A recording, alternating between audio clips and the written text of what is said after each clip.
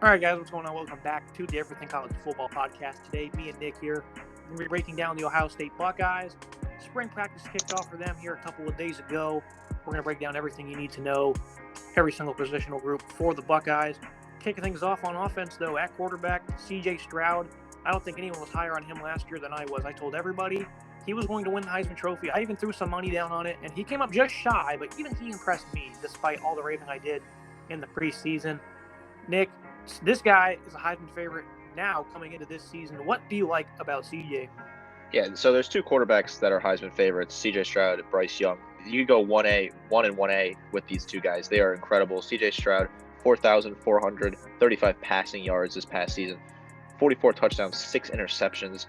I mean, those are incredible stats for a quarterback. He had a really strong receiver core. He got the ball to those guys. He made a lot of plays. He can run a little bit too. Not the most impressive of it, but he can carry the ball occasionally. I like what he can do. He's a really strong passer, and he's got great field vision, really high football IQ. And with the way that this receiving core, they're losing two guys to the draft, but it's still very stacked, as we're going to go over here in a little bit. He can have a great year this year, and this would not even close to shock me if he wins the Heisman this year. Yeah, I picked CJ to win the Heisman last year mainly because of his supporting cast, but he shined. It was more than just that. His skill set really took first step here in the showcase. He was incredibly resilient. Third down, fourth down, and some of those tight games against like Michigan, Utah, Oregon. It didn't matter. It'd be third and long, fourth down and short, and they would convert every single time. They're in the Rose Bowl game. It was a fourth and short. They were in the red zone. I think they're at like the 15 or 20-yard line. And he's not looking for the sticks. He's looking at the end zone, drops a bullet right in the breadbasket to Marvin Harrison for a touchdown. On a fourth down, too. He's just incredibly confident. He has a phenomenal deep ball. He showed that throughout the season, all year long. There are just so many overwhelming traits that C.J. Stroud comes to the table with. He ranks first and third in school history in single game passing yards. A Dwayne Haskins game was sandwiched in between there. And they came against Pac-12 foes, against Oregon in a loss, and against Utah, another tight game. So he had to really carry this offense. C.J. Stroud was phenomenal. We'll get to some of the other weapons he has coming back for this upcoming season. But first, I want to go to this running game. I just mentioned he had to kind of carry the offense. And I don't know why Ohio State didn't want to run the ball more. They did a great job doing so. TreVeyon Henderson, he was also my top impact true freshman from a season ago coming into the year. He ended up living up to that, I would say. Pretty good speed for being 215 pounds, 1,200 plus yards, 19 total touchdowns. What do you like about TreVeyon Henderson? Why do you think he is the perfect back for this offense? So I think TreVeyon Henderson actually has a lot of speed. Like you said, his size, you might question the speed there, but he has a really good burst. He can really make plays. He had 19 touchdowns rushing, and he had 4 receiving touchdowns last year. And that's good for 23 total touchdowns, which is a very strong it was 19 output. Total touchdowns. Oh, it was 19. Sorry, 15 on the ground. Sorry, I misread that. I was reading something else. But either way, 19 total touchdowns is still very impressive from your running back. I think he's going to carry the bulk of the load this year. Like you said, nearly 1,250 rushing yards last season. Very impressive. He averaged 6.8 yards per carry, which I think is a very strong stat in the Big Ten. And even you look at they have a secondary running back as well in Miyan Williams, who could be in that third down back and kind of help supplement that offense a little bit. I'm really impressed to see what he can do this year. He had limited carries. He only had 500 yards, but he still had 7.2 yards per carry, which I think is a very impressive number in the Big Ten. I kind of like this two-headed monster they return. Very strong running game, and I expect him to carry the ball a lot this year. Yeah, I think Evan Pryor as well. He has elite track speed. He might get involved a little bit. And I wouldn't say only 500 plus yards, because for a backup, that's really good. 7 yards per carry. He had a big run in the season opener against Minnesota. He's 225 pounds, I believe. He's a bigger back, but yeah, they have a pretty nice duo here.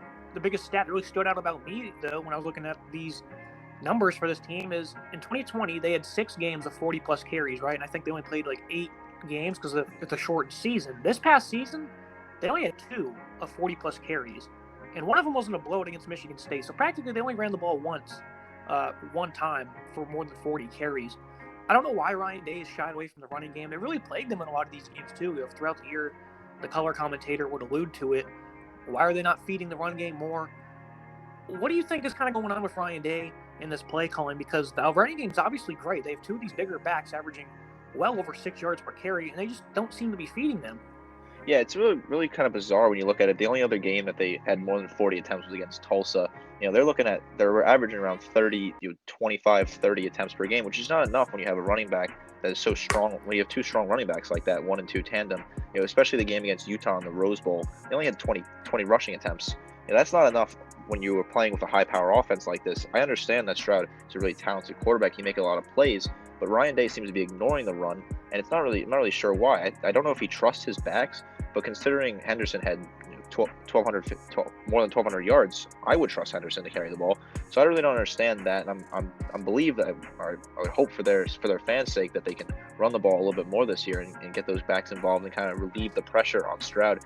You don't want to rely too heavily on the passing game in the Big Ten like that, with a big physical league like that. If you can kind of spice up the play call a little bit, maybe split it up a little bit, and not have to rely on passing on 3 downs in a row, that could be really helpful for this offense.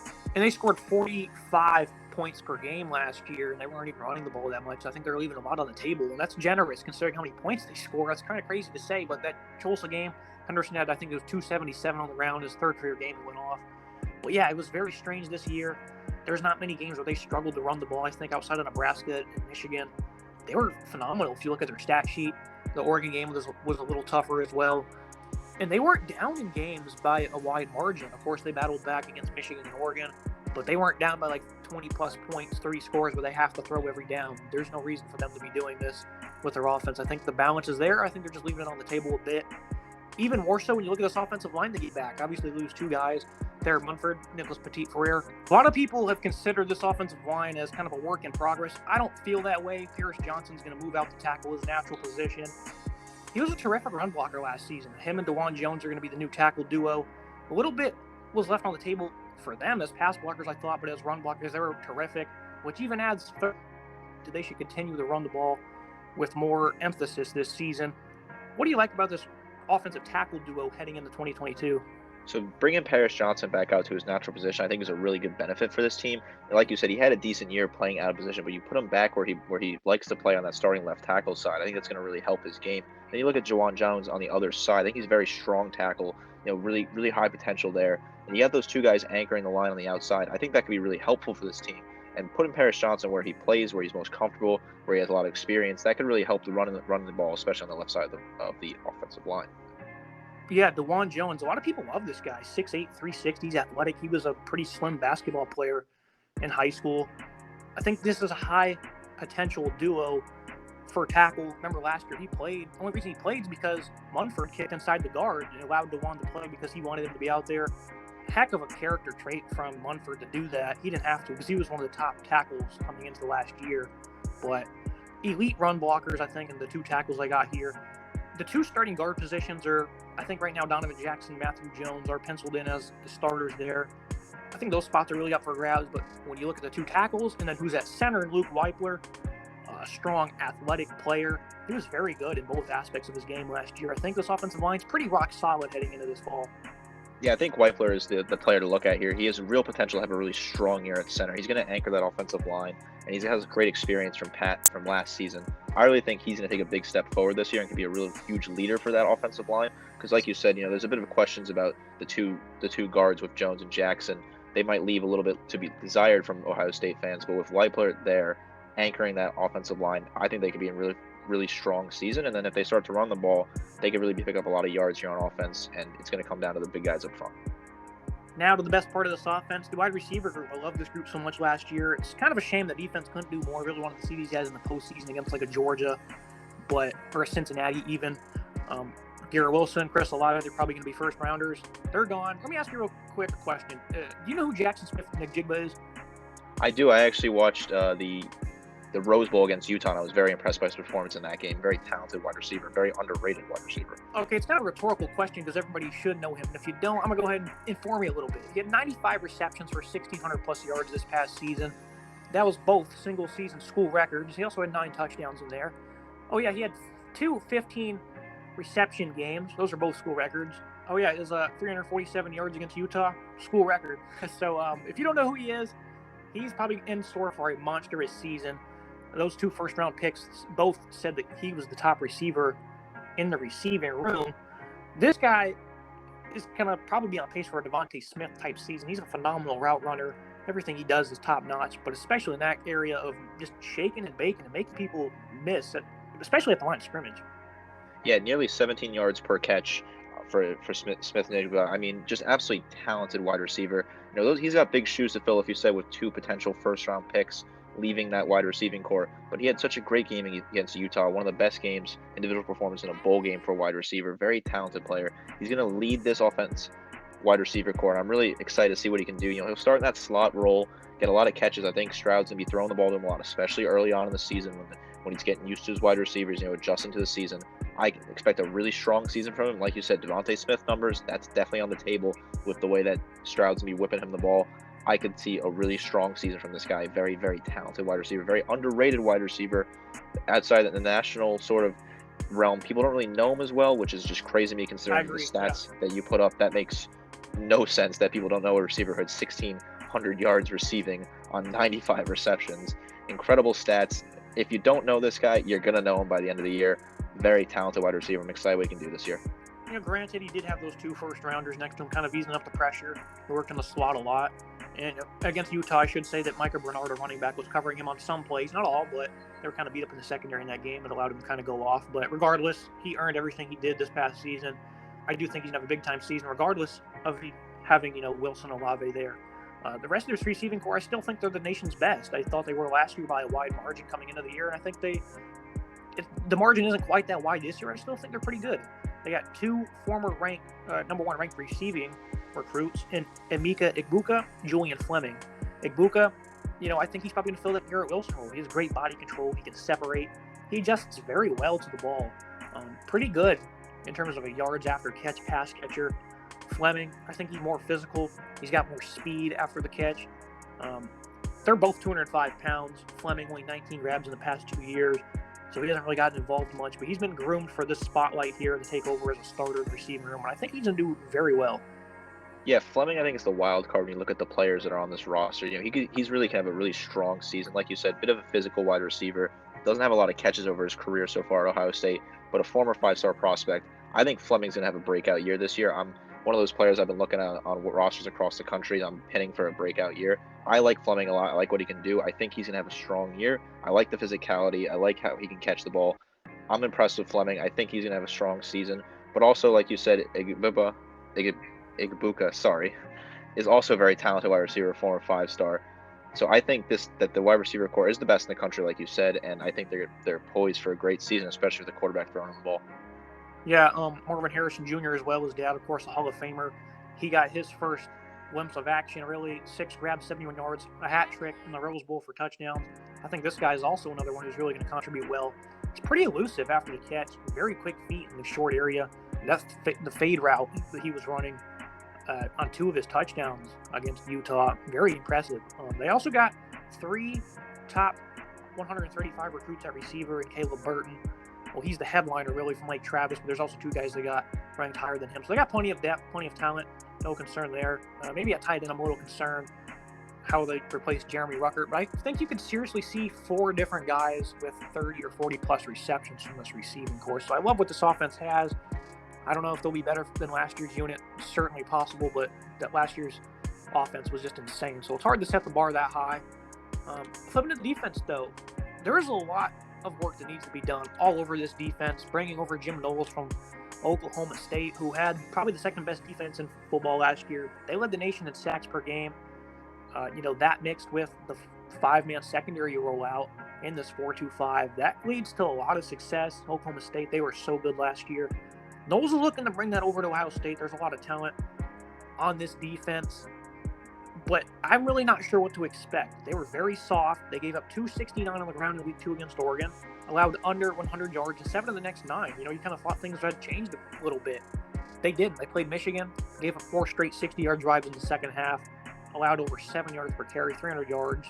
Utah also had their way with them on the ground. Incredibly soft in the trenches.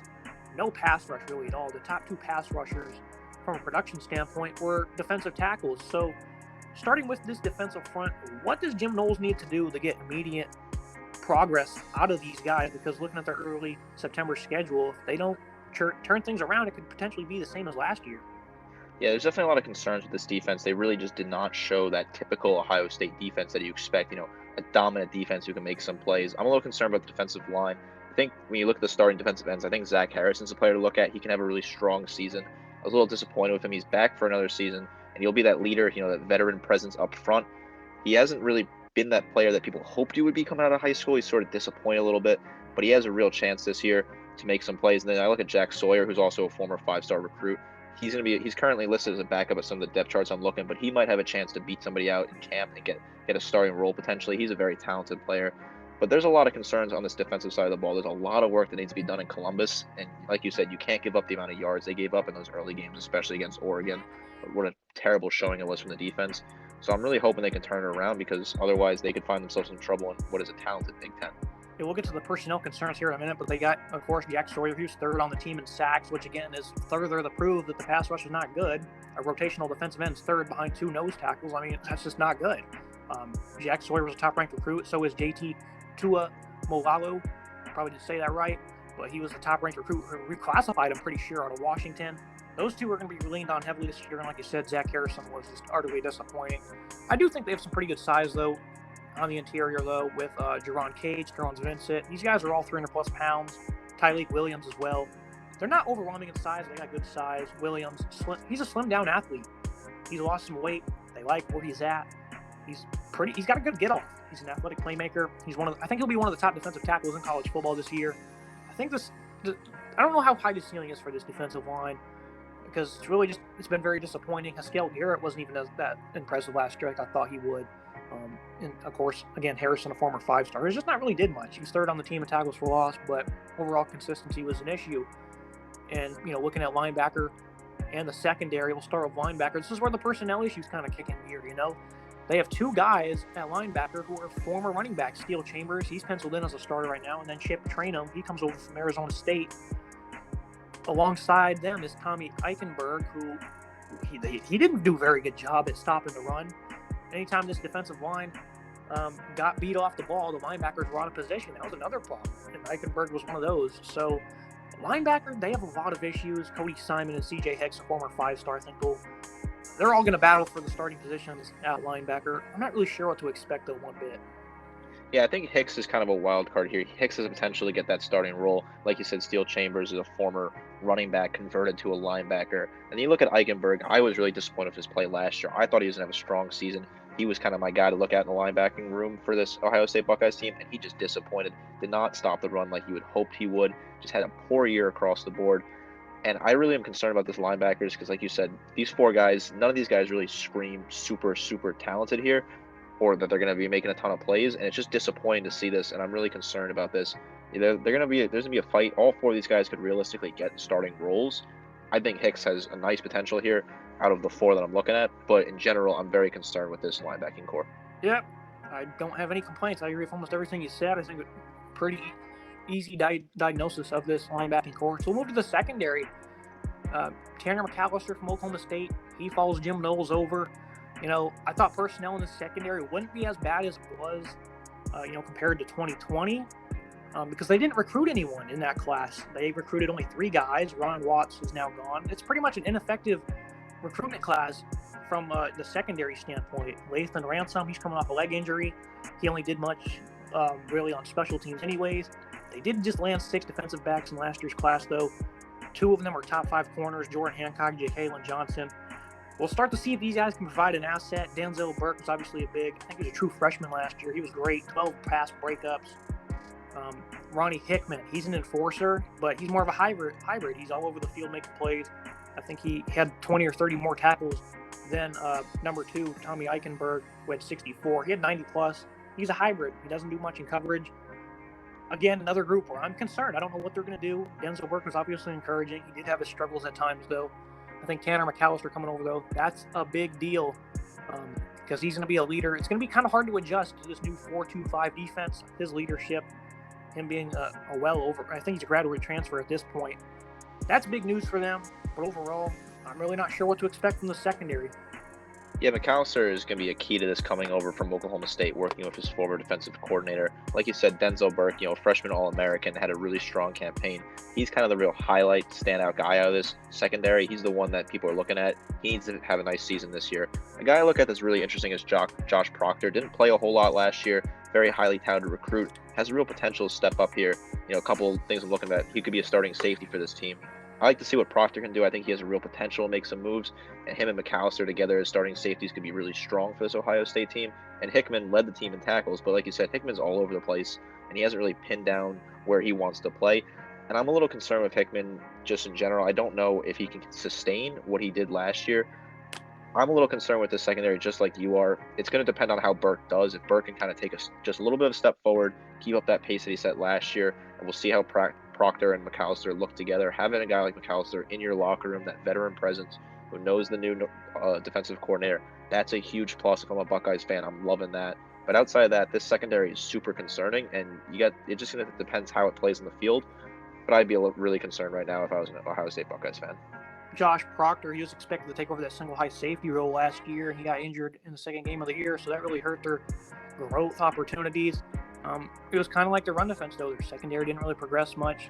And then, of course, the front seven didn't really progress much. So I think last year, I don't really know what they learned. I think it was nice to get some good experience.